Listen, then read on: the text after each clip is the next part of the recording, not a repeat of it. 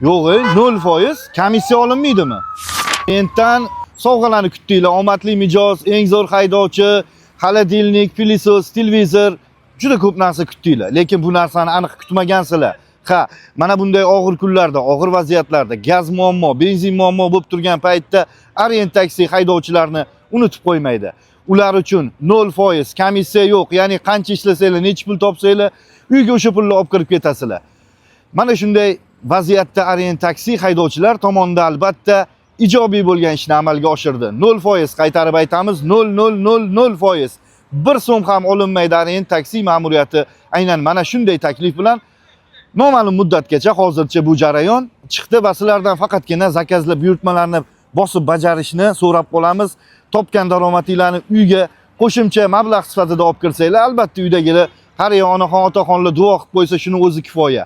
Orient taksi haydovchilarni doimo yodda tutadi va ularni hurmat qiladi.